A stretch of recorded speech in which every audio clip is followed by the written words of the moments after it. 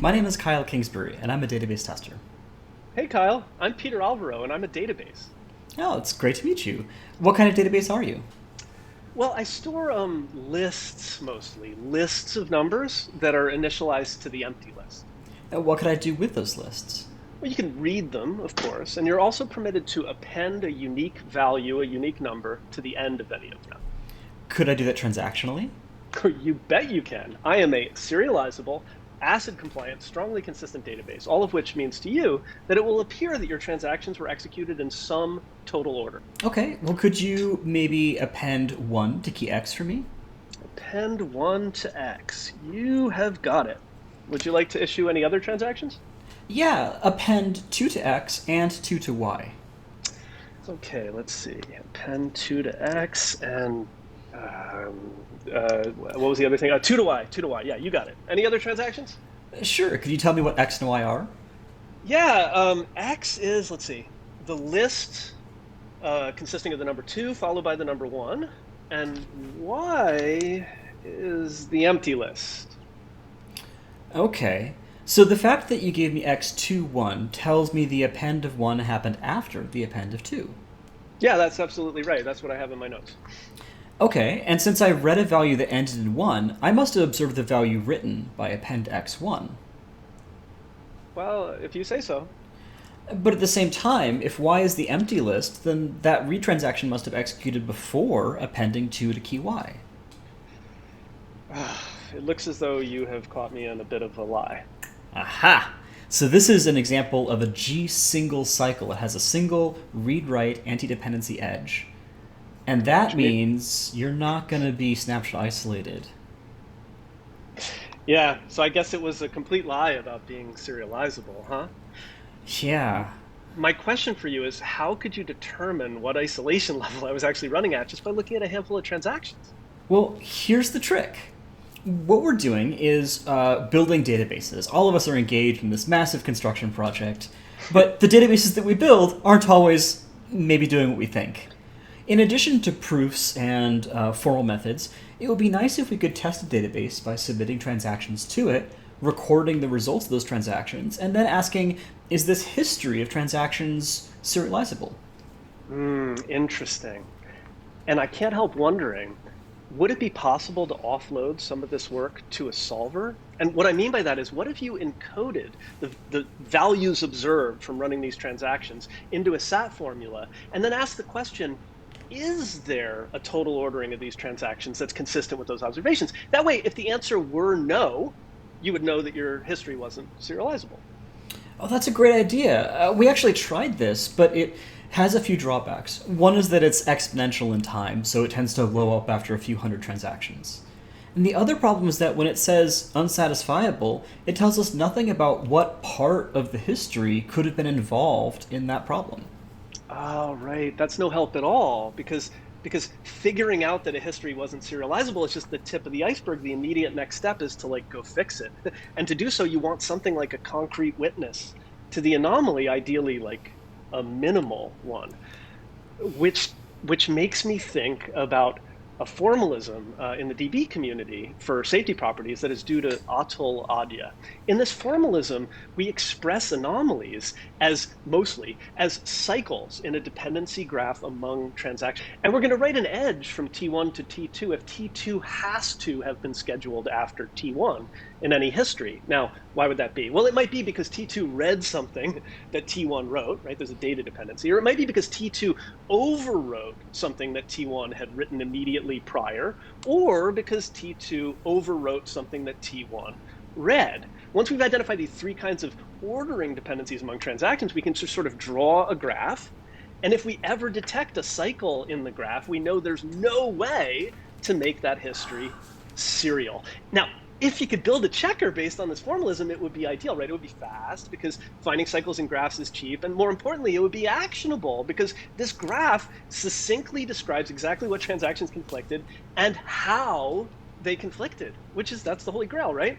But I guess it won't work now that I think about it, right? Because in Hodge's formalism, we have to assume that we can associate a value that we read, right here, T3 read that X was 2, with the transaction that wrote that value. right? Which read did T3, which write did T3 read? We don't know. Maybe worse than that, object formalism requires that we know what object version immediately replaced what other object version inside the database. In this case, we know that these two transactions are going to conflict on X, but in what order do they conflict?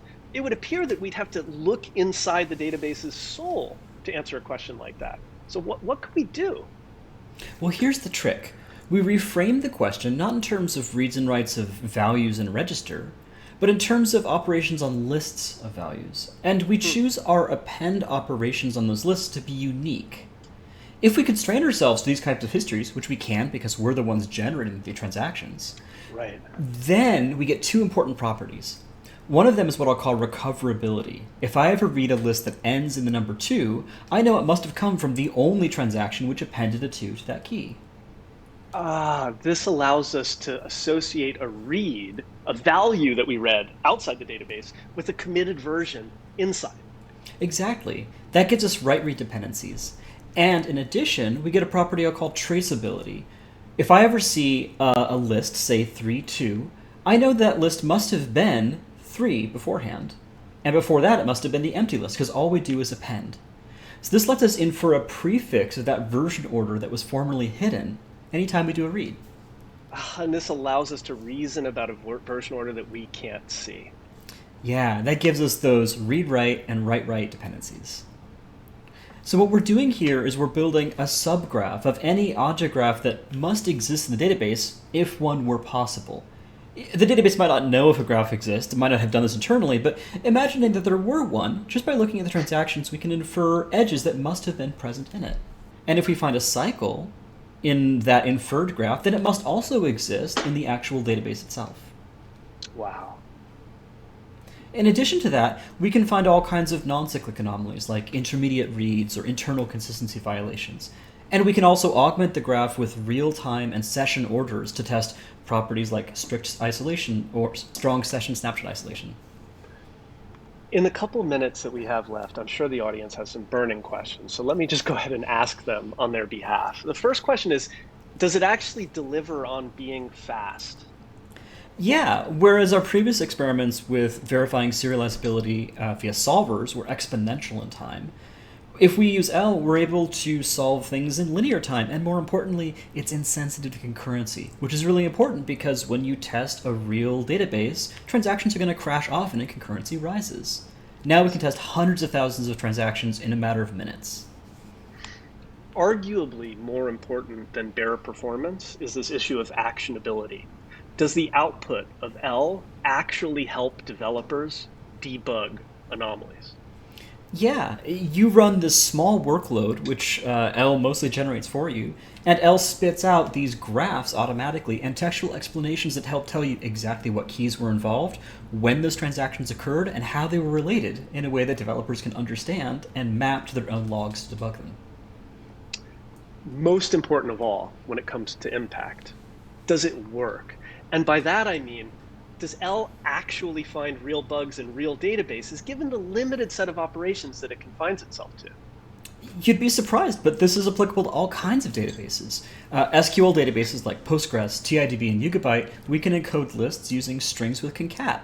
We could do key value stores like Redis Raft, ScyllaDB, MongoDB, object graph databases, all sorts of things. And in those databases, we've found issues ranging from data loss and corruption to aborted reads, internal consistency violations, to cyclic anomalies like read skew, anti-dependency cycles, and even temporal anomalies like stale reads. Kyle, if you'll permit me to summarize for our audience, Elle is a tool that permits us to carefully choose a collection of transactions, sort of fire them with abandon at a mostly opaque database and watch them bounce off, collect them, and on the basis of what came back, make a best guess about what isolation level the database is actually providing. Exactly, and it gives us those minimal counterexamples which help real database engineers debug and improve their systems. Elle has helped dozens of engineers in lots of different database systems make their databases better, and we hope it can help you and the industry as a whole. Thank you all for attending the talk. Thanks.